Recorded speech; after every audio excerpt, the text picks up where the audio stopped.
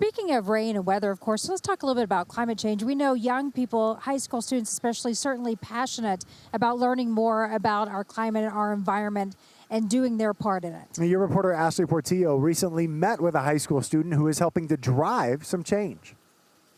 Local students say before today, climate change was only referenced twice in Colorado's science standards, and students argue that's not enough.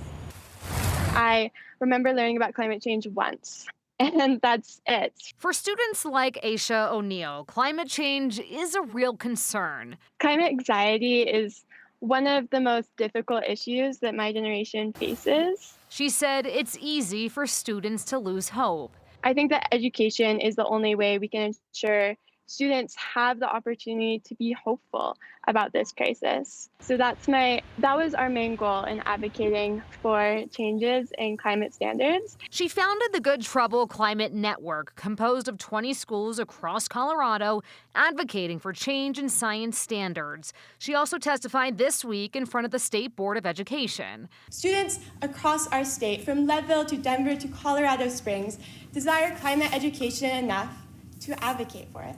So somebody out there has somehow convinced these kids that the world is near coming to an end. It's a news flash, but it's not. Republican Steve Durham, who sits on the State Board of Education, believes teachers are in some ways responsible for how students view climate change. Well, they're not teaching these kids to think.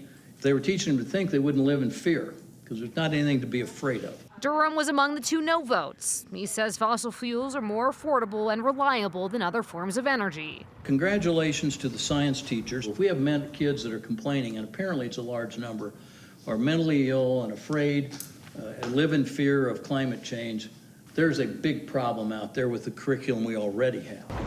Climate education shouldn't be political. It's just preparing my generation for our future.